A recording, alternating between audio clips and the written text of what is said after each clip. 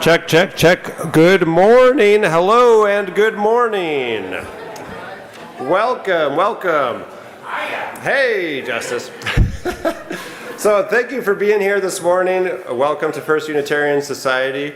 We have a guest musician today that I just wanted to take a moment to introduce before we begin the service. Serena Partridge is going to be here today. Hey! And I'm happy to have Serena here. Serena is a local composer, singer, songwriter, and song leader who does a lot of collaborative singing song gatherings in town, and also a member of Heartwood Trio, which is a really wonderful, original kind of folk music, three-part harmony, really nice stuff. So really glad to have Serena here, and you will be invited to sing with Serena on some of her original music so that we can sing in community today. So thank you, Serena, for being here, and I think we will get started with the service. Welcome to First Unitarian Society of Minneapolis, the birthplace of Congregational Humanism. We carry on that tradition of free thought today, dedicated to promoting a free search for truth, meaning, and justice. Our web address is firstunitarian.org. Thank you for joining us.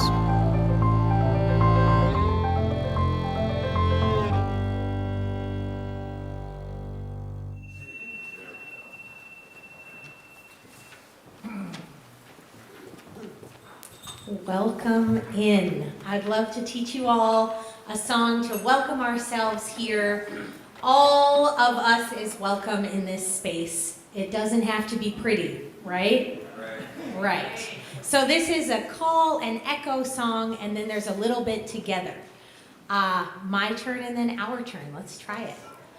Welcome in.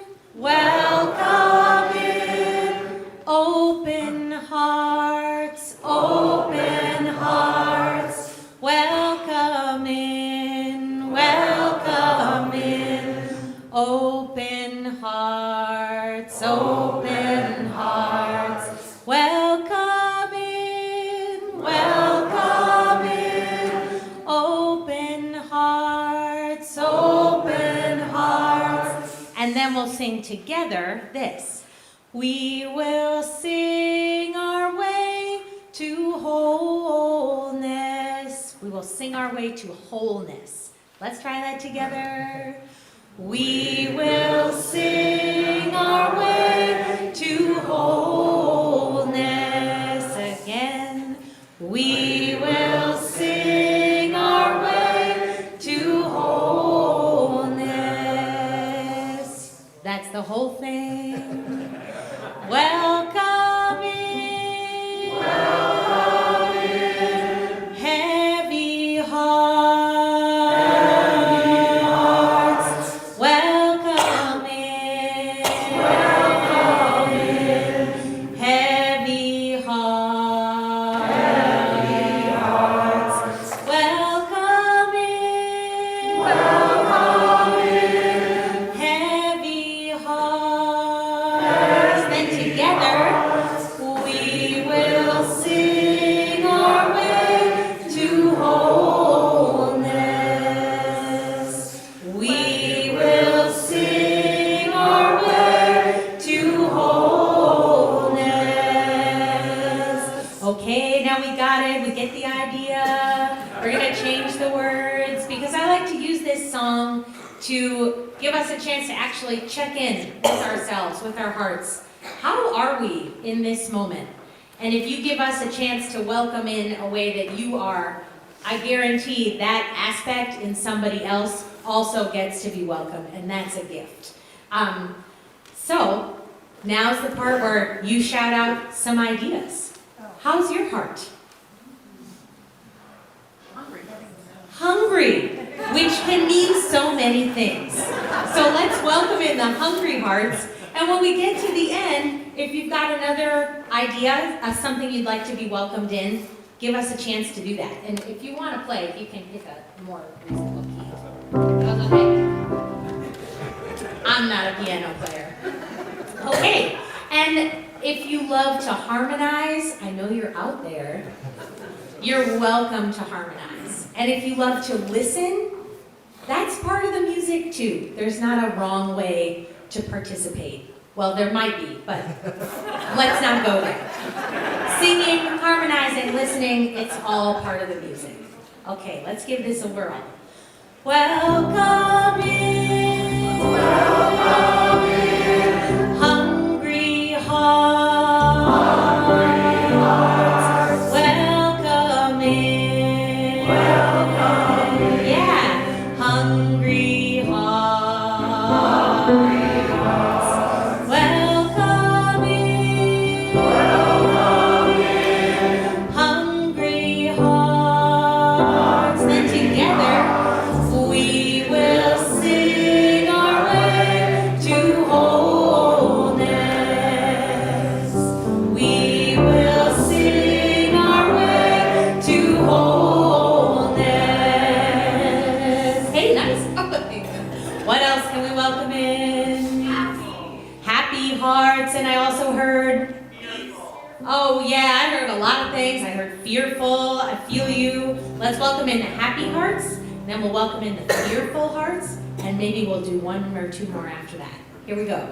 Welcome in. Welcome in. Happy hearts. Welcome in. Happy hearts. Welcome in. Welcome in. Happy hearts. Together we will sing our way to wholeness. We will sing our way to wholeness. And let's be real, we're going to welcome in the fearful hearts.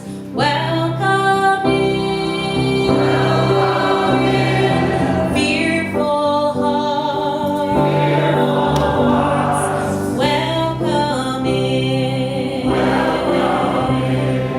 Fearful hearts. Welcome in. Welcome in. Fearful hearts. Together we will sing our way to wholeness. We will sing our way to wholeness. And maybe for one last one, let's welcome in our hearts. In whatever shape and state they're in today, it's welcome here. Welcome in. Welcome in. Our hearts. Welcome in. Our hearts. Welcome in. Our hearts. Together we will sing our way to wholeness. We will sing our way to wholeness. One more of those. We will sing our way to wholeness.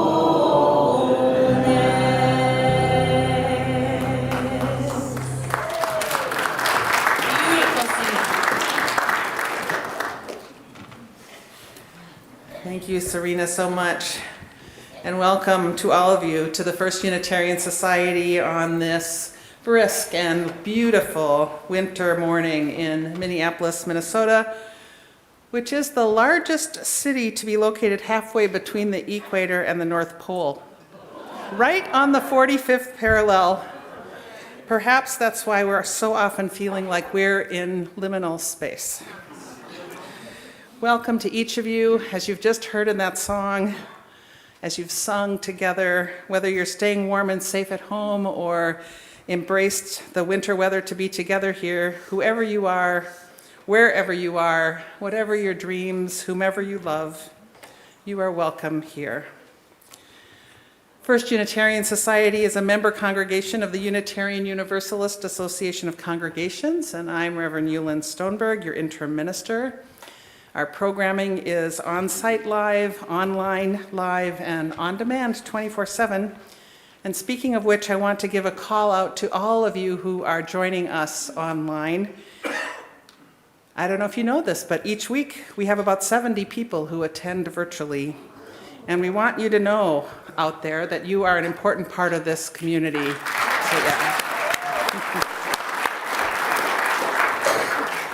And as we gather, we remind ourselves of the need to walk humbly upon this land, the traditional land of the Dakota Oyate, and in particular the Wapatuka tribe, who still call this place home. May we live in awareness of and in gratitude for the myriad ways that they have stewarded this land, even in the face of colonialism. It's ours to reciprocate by caring for the earth and all her creatures. It's really my pleasure to be part of today's assembly, made possible because of the joyful and capable participation of so many, our wonderful staff, of course, and Claire and Jenna and Paul and our superhero media team. This morning's music is brought to us, as you've heard, by Serena Partridge, along with our director of music, Mike Vasich. And thank you one and all for helping make this possible. We do have right here in this room a multi-generational space, which is on your right near the back of the room. We are a multi-generational community, and all ages are welcome and celebrated here in the Assembly Hall. There is also programming going on right now for children and youth, as well as childcare available down the hall on your left as you exit this space. So, along with a different arrangement for the chairs, we're also experimenting with a new thing, as we are wont to do, which is to offer a QR code that gets you to a very simple order of service for the assembly. We'll put that up on the screen now, and I think we're also going to be posting that QR code around the building in future weeks, so do let us know if that's helpful to you. And now, I invite you, whoever you are, wherever you are, including those online who can go onto the YouTube channel to use the chat, to take a moment to welcome the morning and to greet those around you. Say hello.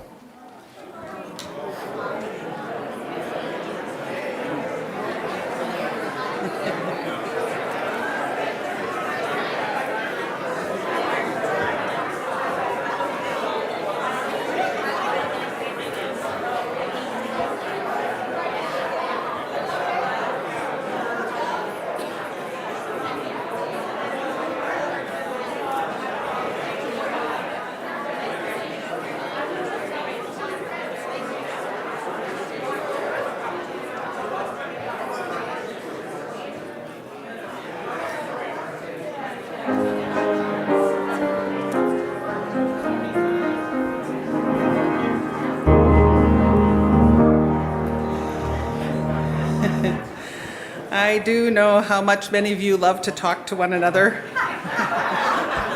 but I invite you now to just take a deep breath, to settle into this time and this space and center yourself. Today's opening words were written by Ian Riddell. Come one, come all. Come one, come all. Come with your missing pieces and your extra screws. Come with your hard edges and your soft spots. Come with your bowed heads and upright spines. Come all you flamboyant and drab, verbose and quiet fidgeting and lethargic. All you with large vision and tender hearts, all you with small courage and tender fears. Bring your lisp and your stutter and your song. Bring your gravel and your drawl and your lilt. Bring your anger and your joy and your righteous indignation. Misfits and conformists and everyone in between, come into this space and be welcome. Bring who you are. Bring where you've traveled. Bring what you long for. And let us contemplate our lives together.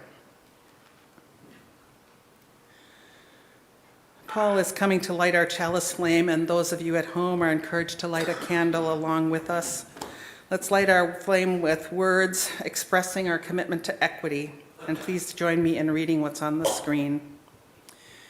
We declare that every person has the right to flourish with inherent dignity and worthiness. We covenant to use our time, wisdom, and attention and money to build and sustain fully accessible and inclusive communities. Our chalice has been lit with the flame of equity, and now let's speak our congregational covenant together. Love is the spirit of this place, and service its law. This is our great covenant, to dwell together in peace, to seek the truth in love, and to help one another. Okay, Serena, let's sing. In these times, I feel it. The future is calling for so much from each of us individually and from us collectively, all the communities that we're a part of. I'm sure you're feeling that too. And this is a song for that. It's another one of those songs where we can change the words, so get ready. It sounds like this. The future is calling for healing. Can you feel it? Can you feel it? The future is calling for healing. Wow, you're so ready. I was gonna sing you the whole thing, but none of that. We just want to learn it. Okay, let me sing you a little bit and then we'll sing it together. Sounds like this. The future is calling for healing. The future is calling for healing. Nice. Can you feel it? Can you feel it? And that happens twice. Can you feel it? Yeah. And you could add a little bit of an echo like this. See if you can figure it out. Can you feel it? Can you feel it? Nailed it. Okay, go back to the beginning and let's try to get there. Here we go. The future is calling for healing. Can you feel it? Can you feel it? Then we do the first line again. The future is calling for healing. And then it's a little different. And the people will sing along. Try that. And the people will sing along. And then like this. And the singing will keep us strong. And the singing will keep us strong. That's the whole thing.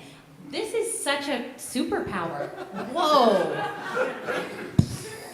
Okay, let's try the whole thing together. And when we get to the end of a full pass, then we'll start changing the words. The future is calling for, oh, they wish to stand? Okay. Did you do this? Okay, good. Because you know what? Is it allowed to move your body while singing? Oh, it is. Okay, good. Just checking. Okay, cool. Oh, that guy's ready. Watch out. Okay. The future is calling for, let's do healing one more time, and then we'll see what ideas we come up with. And if you really want to get your idea in there, you're going to have to be loud and proud so I can hear you, okay? Here we go. The future is calling for healing. Can you feel it? Can you feel it? The future is calling for healing, and the people will sing along, and the singing will keep us strong, and the singing will keep us strong. Yeah, you got it.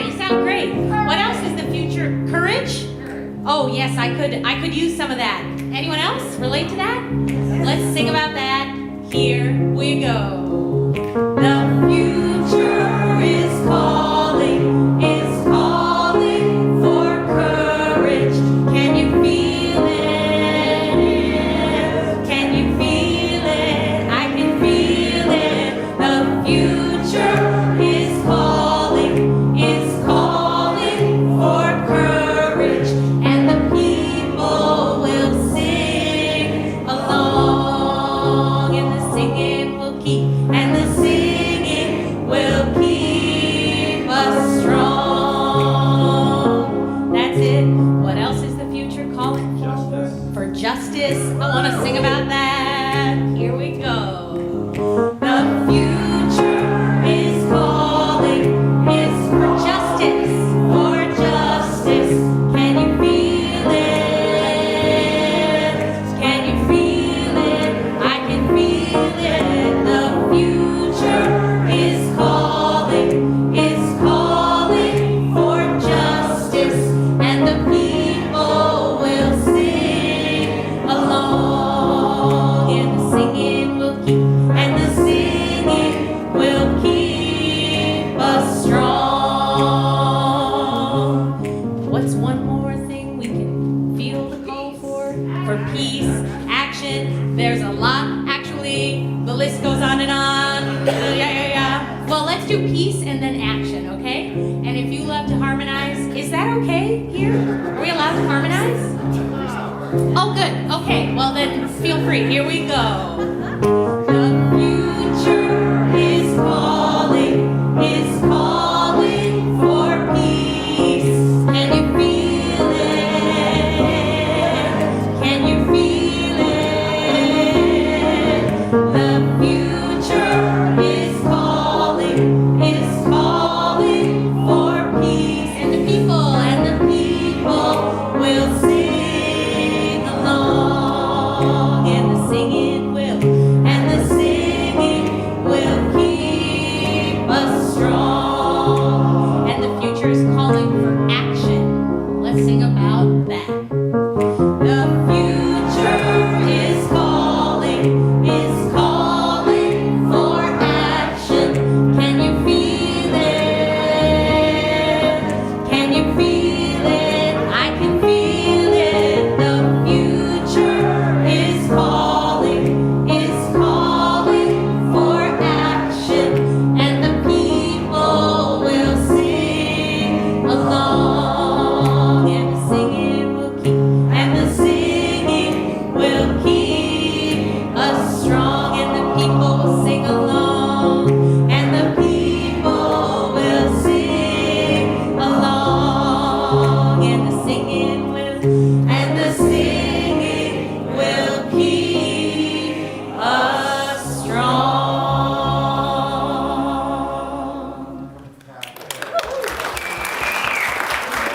Beautiful singing.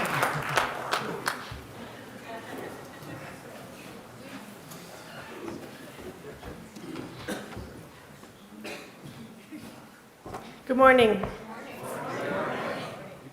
First Unitarian Society is a congregational humanist community.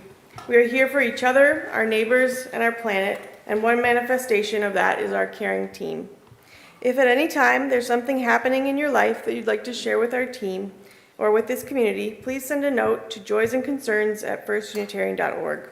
You can also do this using the contact form on our website. After the assembly, you're invited to stop by the card basket downstairs to send a note to folks who are unable to attend assembly or people we mention in Joys and Concerns. This morning, I share that longtime FUS member Elin Soderlund died shortly before her usual wake-up call on the morning of January 31st. 3 of her 5 children were able to be present to attend to her after her death. At age 102, Elin was probably one of the few members left who remembered John Dietrich from his ministerial days. As a child, she would often walk with her papa Arvid to the Unitarian Center. At First Unitarian, she taught in the Sunday school for 4 years, 1 year for each of her 4 first children. A little over a decade later, her youngest was born, and Elin became a strong force for establishing a Sunday nursery. Elin was consistently to the left politically. FDR, Eugene McCarthy, Wellstone, Bernie, Ilhan, they all had her support and vote. Her family expresses some relief that she doesn't have to experience the current political climate. A small memorial service may be planned for this spring. And Kay Dawson is having aortic valve replacement surgery at Southdale Hospital on Tuesday, February 11th. If all goes as planned, she plans to be home in Bloomington the next day.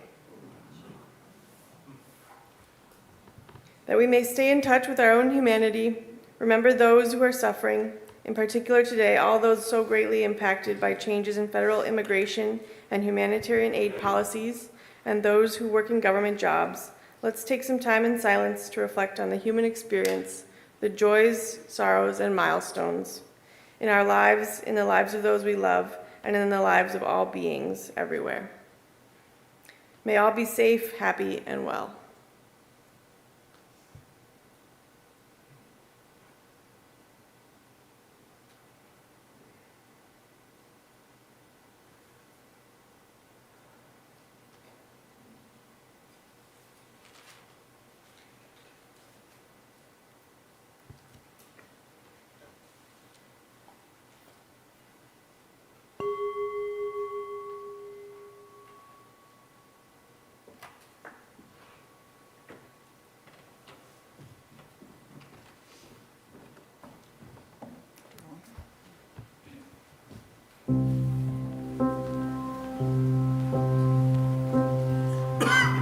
Breathe in, breathe out, breathe in, breathe out. When I breathe in, I breathe in peace. When I breathe out, I'll breathe out love. When I breathe in,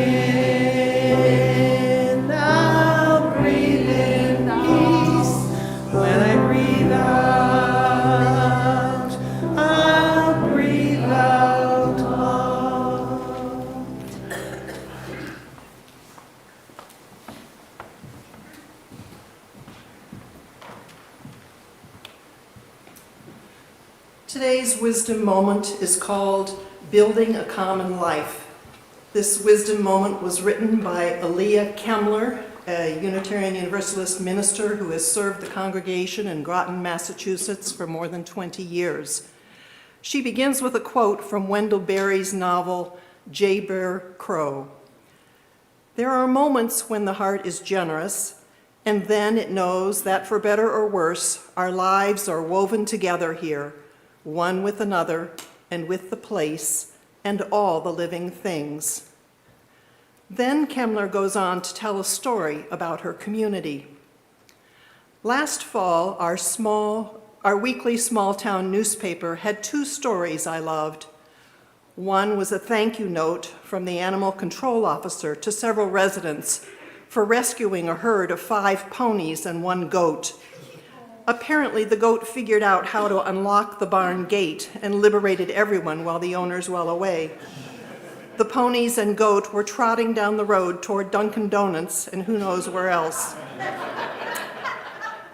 Neighbors gathered, recognized and identified the runaways, and got everyone safely back to their barn. The second story was a plea from a reporter asking the person who had stolen a styrofoam gravestone to please return it to its rightful owner with no questions asked. The gravestone's creator sets up a free haunted house for the neighborhood kids every Halloween. We were all encouraged to keep an eye out for the missing gravestone, which at 4 feet tall should be hard to hide. The next week, we got the reassuring news the gravestone had been returned. This is small-town life at its best. Drivers stop to let you in because you cut someone off. You'll see them later at the post office. At the dump, people set out their useful junk on a concrete wall so you can get rid of your own trash and come home with someone else's. We use town meetings as our form of governance, which means sitting in the middle school auditorium and voting on important things, like whether we can afford a new senior center by raising our hands. There are no secret ballots, relatively few secrets at all, and for almost 400 years, people have managed to live together here despite fierce disagreements. But these are not the best of times. Around the same time as the runaway goat and the missing gravestone, our elected town leaders proposed putting up stones at all the town entrances engraved with the words, "All are welcome." And it quickly turned horrible. The welcome stones uncovered ugly things: mistrust, fear, racism, homophobia, rarely buried beneath the surface of this rocky New England soil. Words like illegals and criminal elements were spoken. There were warnings about busloads of pedophiles and rapists who would arrive once the stones went up. The church I serve was accused of promoting a pro-gay, pro-immigrant agenda, which I was proud to proclaim. When it came time to take the vote, after weeks of bitter argument and contempt of all sides, I had to force myself to keep my eyes open. I didn't want to see who voted no, but I knew I needed to look to see my neighbors' faces in a moment which felt like a referendum on our community's heart. The vote to keep the welcome stones passed by a solid margin, for which I am grateful, but it was a painful time. Still, I choose to believe in community. I choose to believe in the difficult, slow work of building a common life. I believe in the strength and goodness of neighbors living side by side, finding each other's lost goats and gravestones, even when we do not agree about things that matter deeply. The welcome stones have been put into place now. The best hopes of those of us who wanted them have not come to pass, and neither have the worst fears of those who did not. Time will inevitably soften their edges. I pray we will become more able to live into the welcome they proclaim. In the meantime, we are still here, our lives interwoven in this place we call home. Again, the words of Wendell Berry. There are moments when the heart is generous, and then it knows that for better or worse, our lives are woven together here, one with another and with the place and all living things.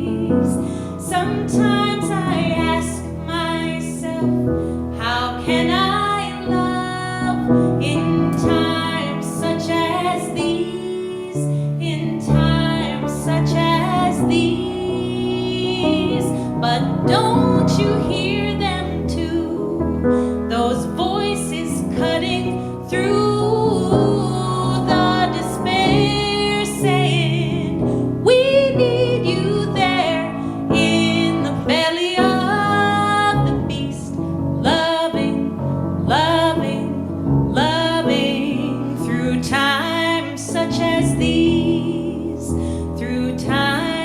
such as these. Sometimes I ask myself, how can I hope in times such as these? In times such as these. Sometimes I ask myself, how can I hope in times such as these? In times such as these.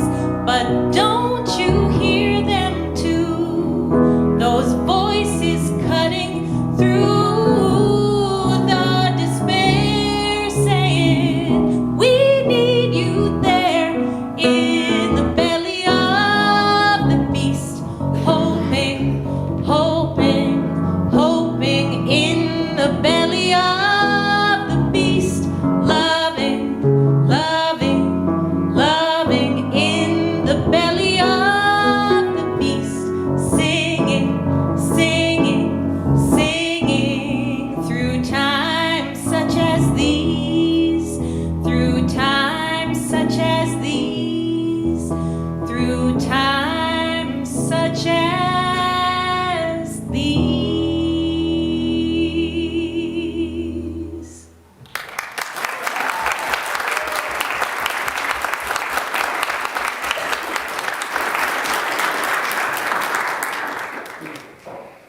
Wow. You know, there was almost a throwaway line in those words of Aaliyah Kemmler. Did you hear it? She said, "The church I serve was accused of promoting a pro-gay, pro-immigrant agenda, which I was proud to confirm." She said she was proud to confirm her congregation's identity, at least as she saw it. We should all feel that way, right? Proud to confirm our identity. It's a complex thing for us, identity, and even more so for a community. You know, who I am is hard enough. Who are we is exponentially more challenging.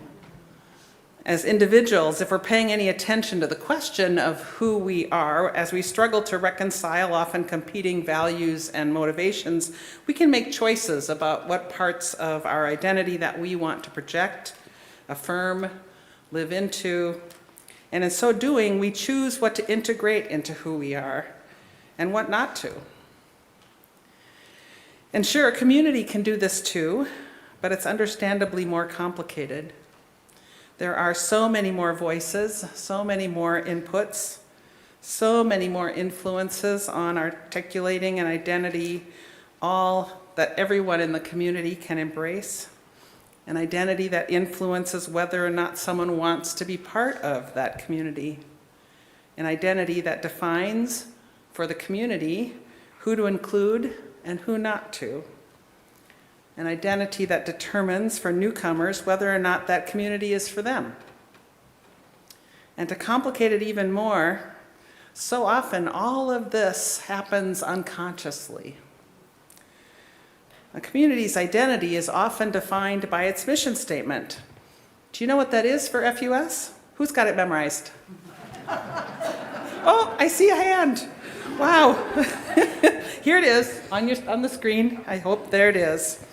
As a Congregational Humanist community, we at the First Unitarian Society of Minneapolis foster a free search for knowledge and meaning, strive for justice, and serve one another, the Twin Cities and beyond. That's your mission. And in a very real way, the mission of FUS determines who wants to be included here and who actually is included here.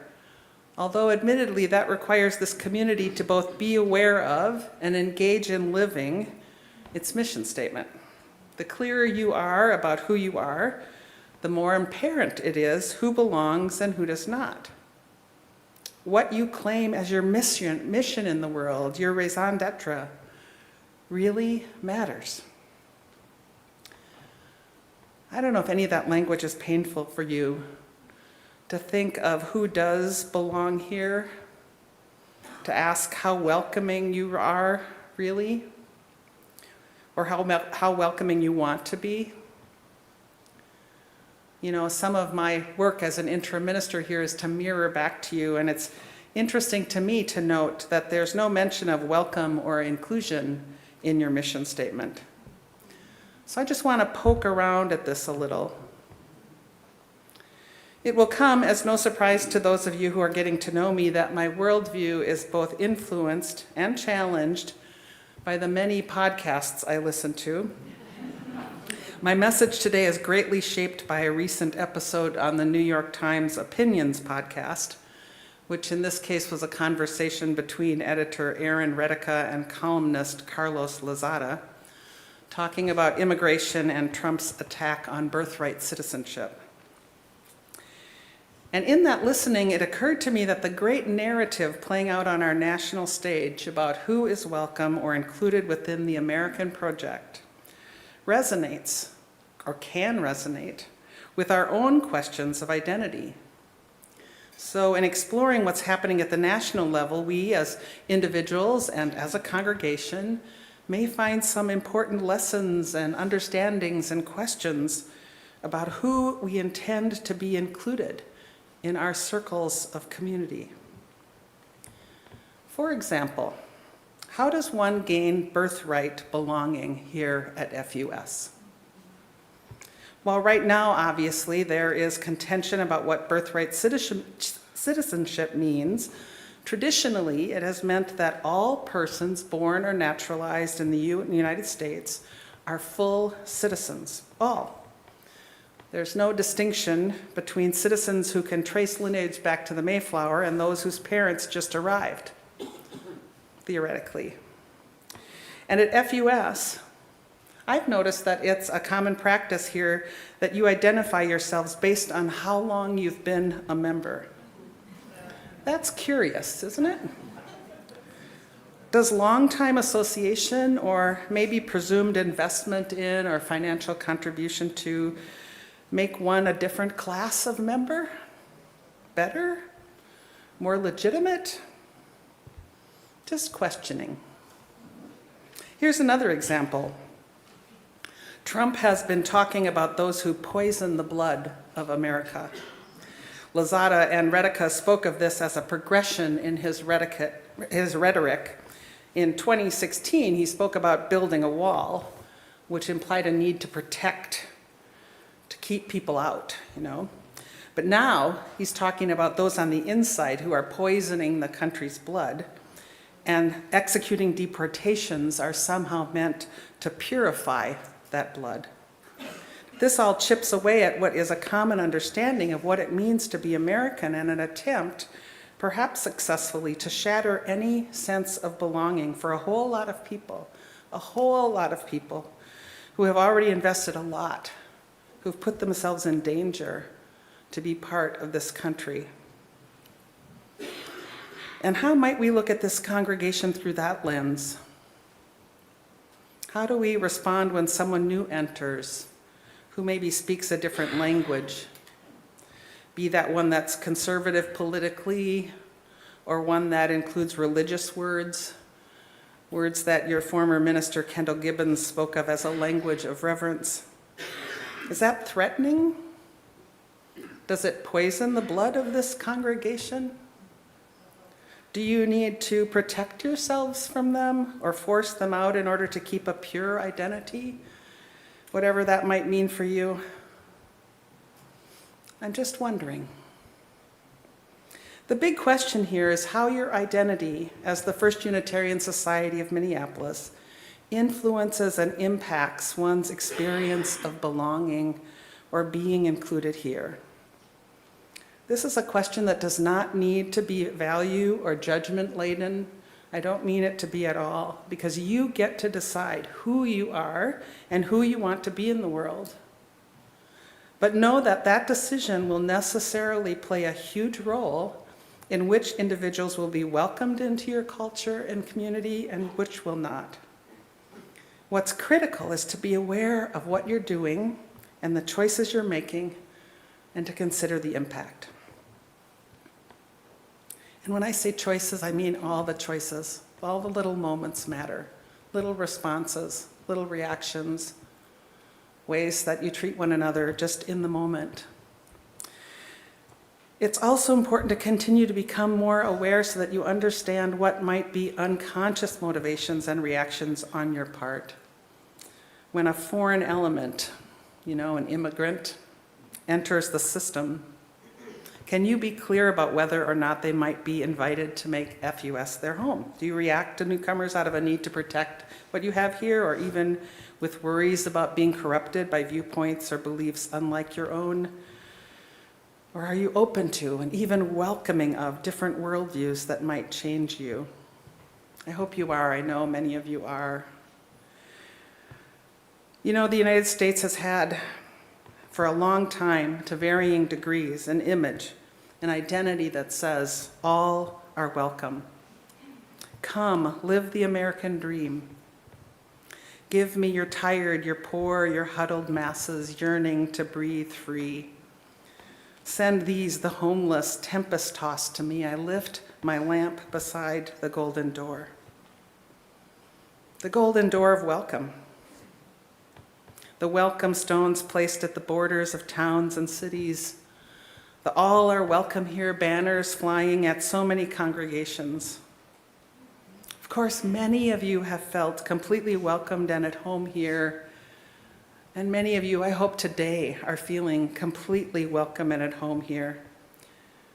But that said, I have noticed, was present in the people of Kemmler's town, something of an undercurrent of doubt or suspicion as to whether or not newcomers will fit among you.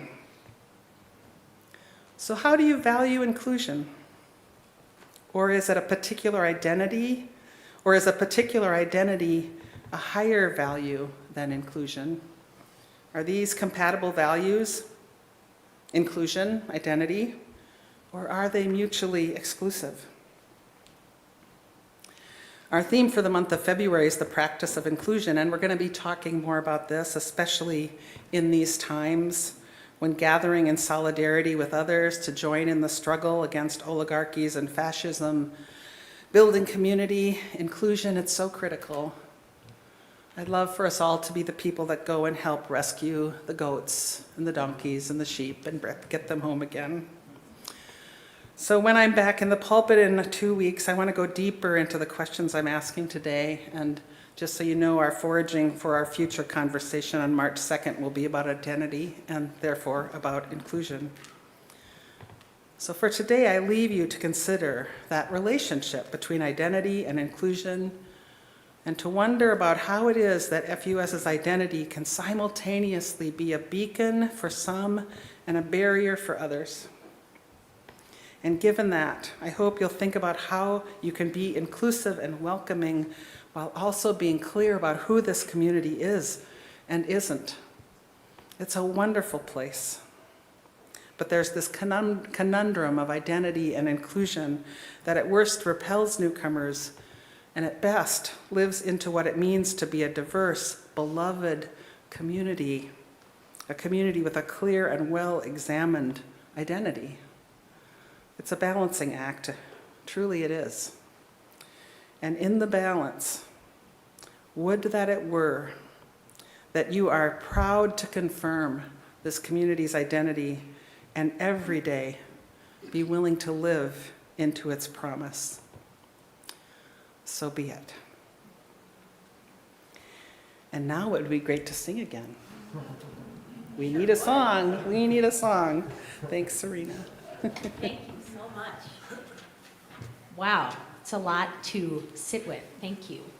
Even just as a visitor, I appreciate those questions. So I want to teach you all a song that came to me in the deep lockdown days of COVID.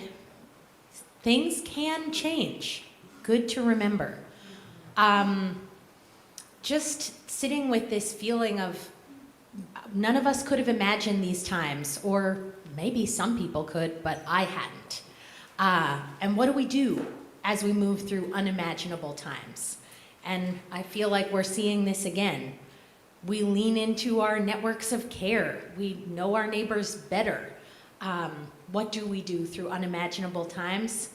we find ways to sing through those times. And this is another song where I might ask for some input. So you can just stroke your beard about that. So I'm going to sing through the whole song just so you know where it's going, and then I'll teach it in little pieces. But you can just listen to the first pass. Sounds like this.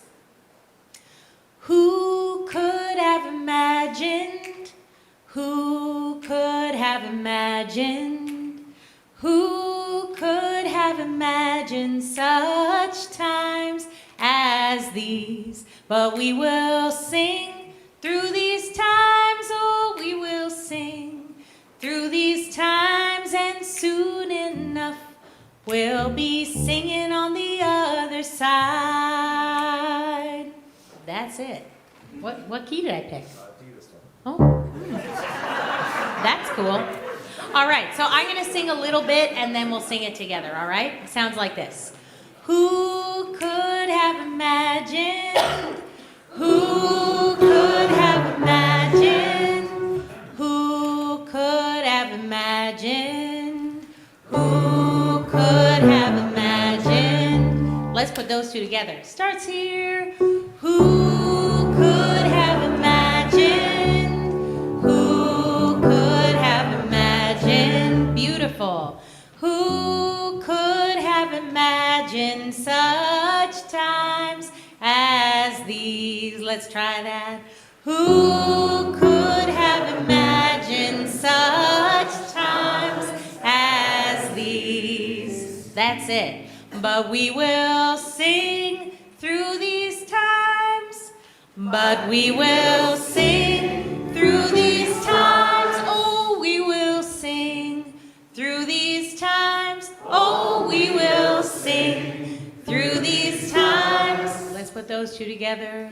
But we will sing through these times. Oh, we will sing through these times. And soon enough, we'll be singing on the other side. There is another side.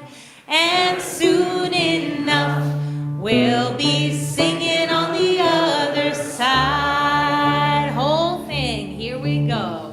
Who could have imagined? Okay. Who could have imagined? Who could have imagined such times as these? But we will sing through these times. Oh, we will sing through these times, and soon enough we'll be singing on the other side. That's it, you got it. So what else do we do to move through the unimaginable times? Oh, I love this. Okay, we're gonna dance, and you know what happens if you say you're gonna dance and you're not dancing? You're a liar. Yeah, is that your identity, FUS? So we're gonna dance through these times. Find some way to move your body that feels good. You can't do it wrong. Here we go. Tell me who could have imagined? Who could have imagined? Yeah. Who could have imagined such times as we're gonna dance, but we will dance through these times. Oh, we will dance through these times, and soon we'll be dancing. We'll be dancing on the other side. Oh yeah, that's what I like to see. Okay, what else are we gonna do? We're gonna laugh. Oh, so if there needs to be some cackling outbursts, that's acceptable. Tell me who could have imagined? Who could have imagined? Who could have imagined such times as these? But we will laugh through these times. Oh, we will laugh through these times, and soon enough we'll be laughing on the other side. Yes, excellent, very good. What else are we gonna do? Oh, I couldn't understand that. Love. Oh, yes, let's do that. Tell me who could have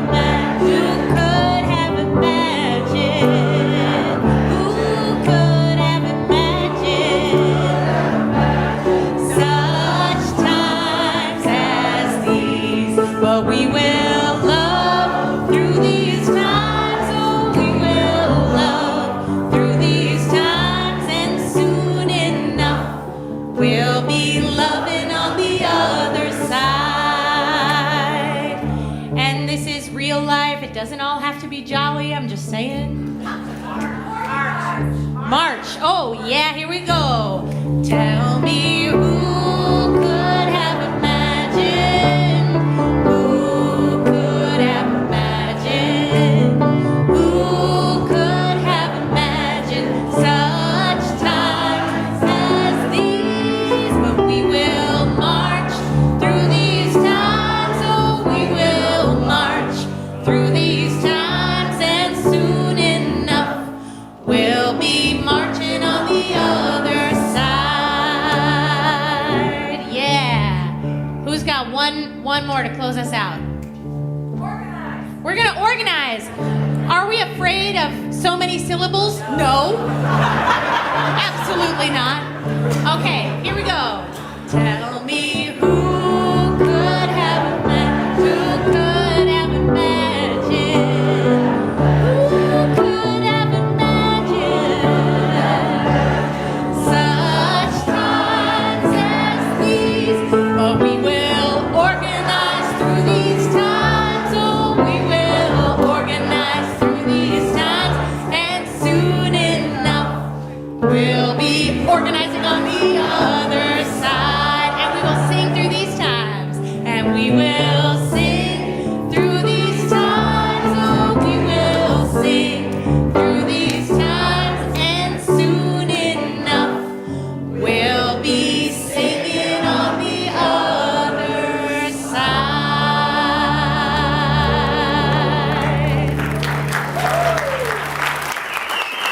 Beautiful singing.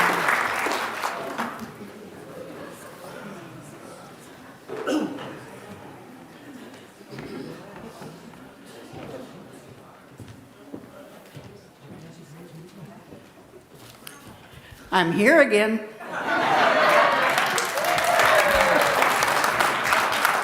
I promised, it's just gonna keep happening. Again, it's Martha Hardesty, and I'm here again as I promised. I'm happy to report that we actually have been receiving some pledges all the way into the double digits, and pledge amounts are trending upwards. This week, Groundhog Day Part 2, brings us another set of holidays. Wednesday, February 12th, is the birthday of Charles Darwin. If it's not an oxymoron, I think we can truly call him a Unitarian saint.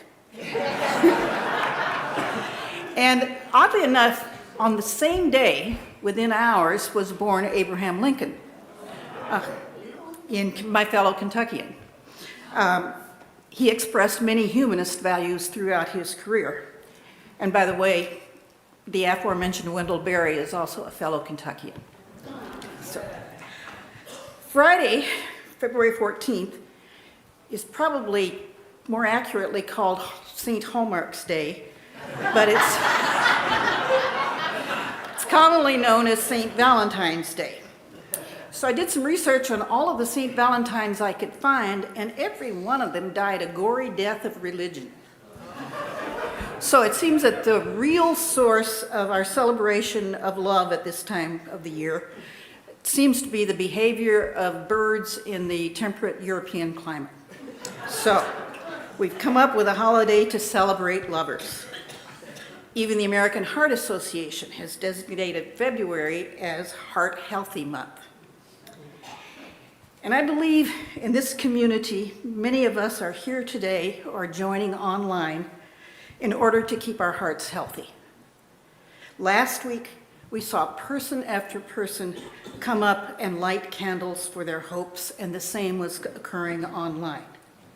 People bared their hearts and shared their hopes. I hope you've read the statements included in your pledge packets that describe many of the reasons that people are here at this society. I'll share a few of those with you.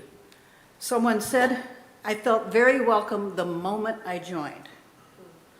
Others, "The opportunity to nourish my spirit in a community of like-minded people." "I like being challenged as an individual to think and consider the world at large and all the people in my community." "We love every aspect of our beautiful building and want to see it continue to thrive." The impact on our children has been powerful, making them successful, community engaged, and positive citizens. So we have many statements of the way that this place enriches our health.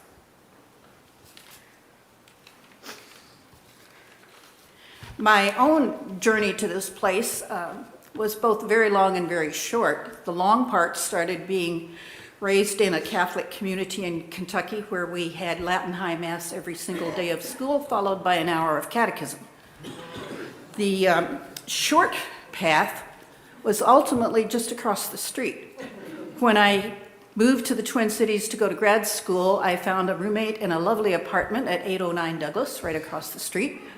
I loved the Twin Cities. I loved the location. The only thing I didn't really like was the mess of traffic on Sunday mornings. And people said, oh, it's those Unitarians. Well, I thought it was just a bunch of liberal Protestants, and especially liberal Protestants who didn't buy into the canon of typical ecclesiastical architecture. But eventually, Nasser and I decided to get married, and we wanted a very secular celebration, and people said, oh, you need Unitarians. And I said, those guys? Well, we were in luck.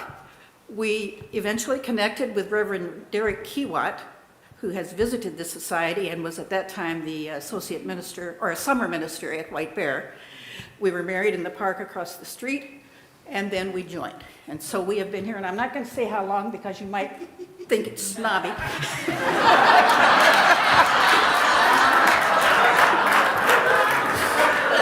If you can just believe it's several decades in the double digits. And in this time, I feel like I found my soulmates. This is where I found the word humanism. This is where I found my philosophy, the action groups, the people, and oh, the music that have become integral to my life. So I ask you in joining me to pledge for the society.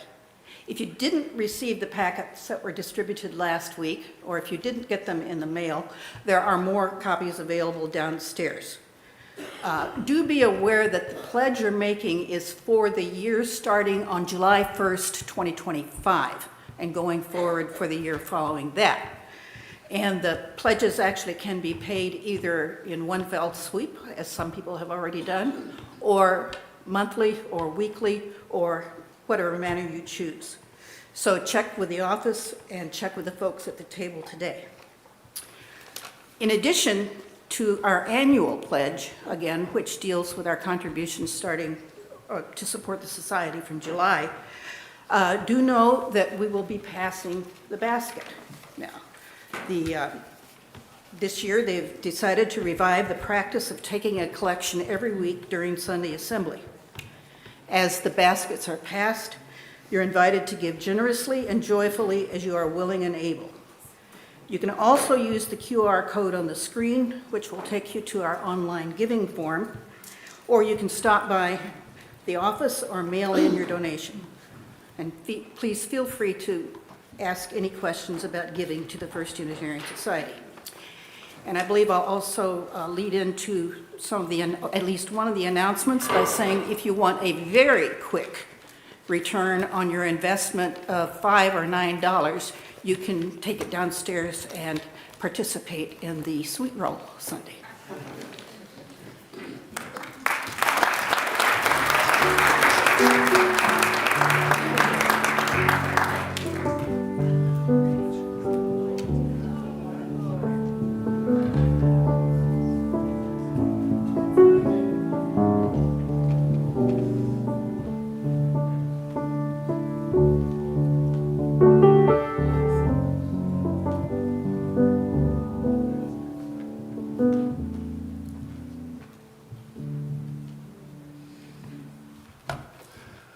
Hello, I'm Bruce Nelson, and among other roles at the FUS, I serve on your nominating committee.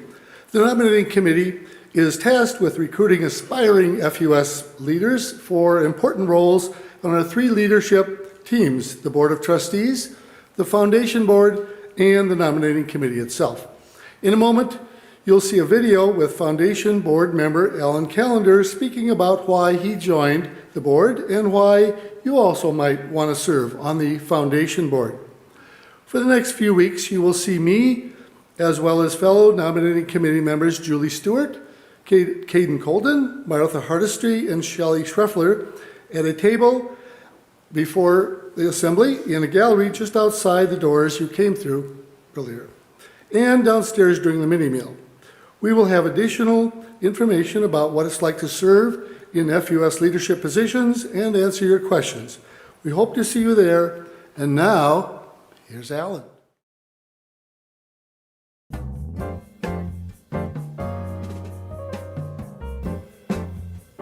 Hi, I'm Alan Callender, and I'm the current president of the FUS Foundation Board. The foundation is separately managed from the FUS Board of Trustees, and we're charged with directing how the long-term investments that protect and help the First Unitarian Society are used. It doesn't require a finance background to be on the board, and in fact, what we're really most interested in are members who are excited about determining the best ways to judge applications and issue grants that meet the goals of our society. Foundation board members meet once a month for about 90 minutes, often on Zoom, but also serve on a committee that does some of the preparation work in advance of the meetings. We provide an orientation to new members to help get them familiar quickly with our procedures. While this is a significant responsibility, board membership is also rewarding and enlightening as to the many internal and external causes that we support. I'm on the board for my second time, partly because I enjoy working with my colleagues on the best ways to grow our portfolio and also to spend our resources on worthy efforts, both within and outside FUS. I believe that serving on this board is one of the best ways to make a positive impact in the world, and I hope you'll consider joining our team.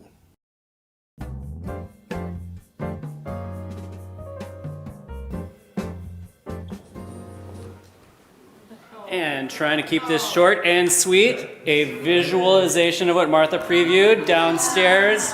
Some lovely cinnamon rolls, $5 for one, $9 for two. Talk to the people at the table, get some chips, come up, get some snacks, and we'll see you downstairs.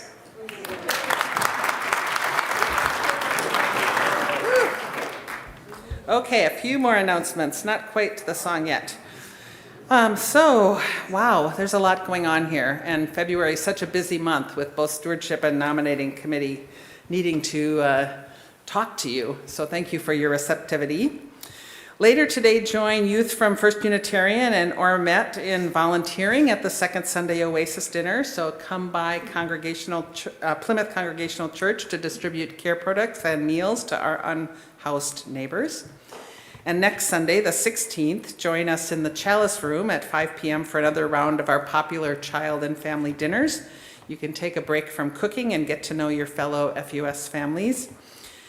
And then just a reminder that along with the spectacular cinnamon rolls taking center stage this Sunday, the mini meal will be an offering of some light hors d'oeuvres as a complement to the sweets. And then when you've had a chance to get some food in your bellies, join us right here, back here in this room, to meet with Reverend Jim Fody. That's at 12:15 for a workshop on resistance and meeting this moment. Together, we'll assess the fast-changing situation and explore tools and tactics that individuals and the FUS community might use in the face of the current political situation. Next Sunday, Fish Stark, who's the executive director of the American Humanist Association, will be here to speak on the topic of curing loneliness and how humanism can bring us closer together. You won't want to miss that. And as always, check your Friday update because there's more. So now, take all these things into your heart, put them on your calendar, and take a moment to breathe and remember what we've shared today together. It's been a beautiful morning, and Serena has another song for us.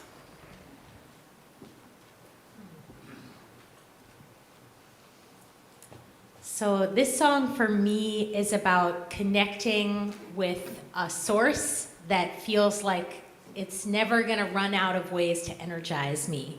And for me, in a literal way, that's big bodies of water, Lake Superior especially, a place where I always feel like I can find renewal. But in a more abstract way, maybe there's a person who's like this well that doesn't run dry, or a place, or a community, or an activity.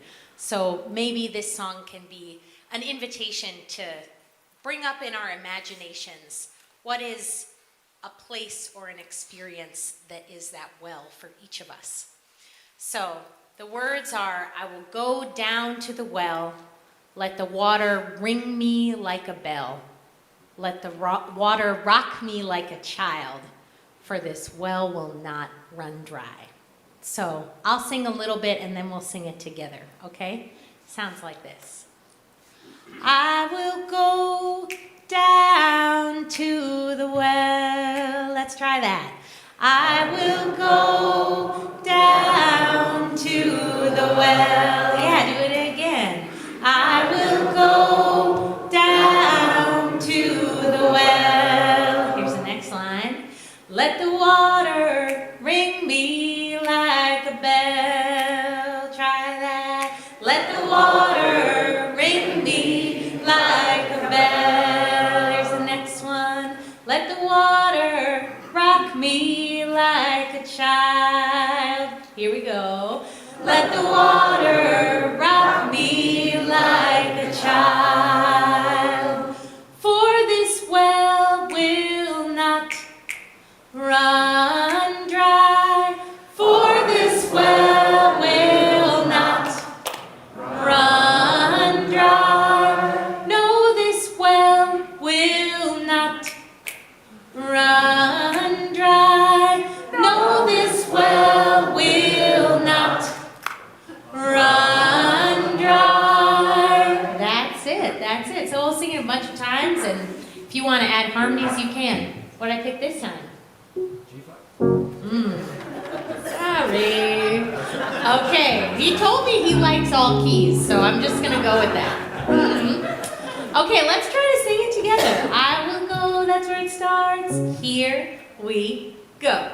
I will go down to the well. Let the water ring me like a bell. Let the water rock me like a child. For this well will not run dry. No, this well will not run dry. I will go down to the well. Let the water ring me like a bell. Let the water rock me. Let the water rock me like a child. For this well will not run dry. No, this well will not run. Whole thing one more time. I will go down to the well. Let the water ring me like a bell. Let the water rock me. Let the water rock me like a child. For this well will not run dry. No, this well will not run. For this well will not run dry. No, this well will not run dry.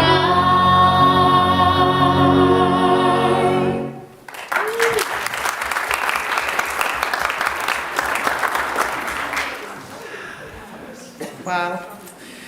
So now we're wrapping up our time together in this space and in this time by extinguishing our chalice.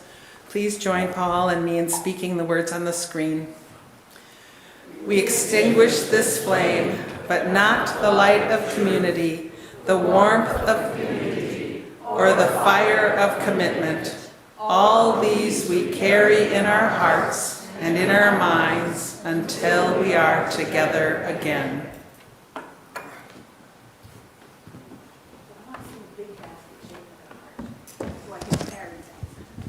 Anastasia Baroche is a worship associate at Southwest Unitarian Universalist Church, which she calls a small and mighty congregation in Northeast Ohio. And Z wrote these words: "Having extinguished this flame of hope, may it inspire this congregation to become a kaleidoscope of souls and people. The presence of this flame, now carried in you, in me, in us, is an invitation to sit at the table together. So may we tend our fire and carry it with us through these challenging and trying times, to open and be open to the hearts and minds of all who enter our doors." So now let us go out into the world, committed to and insistent upon embracing inclusive community, taking action together, and living the values of love and justice. Let us go out into the world and do that.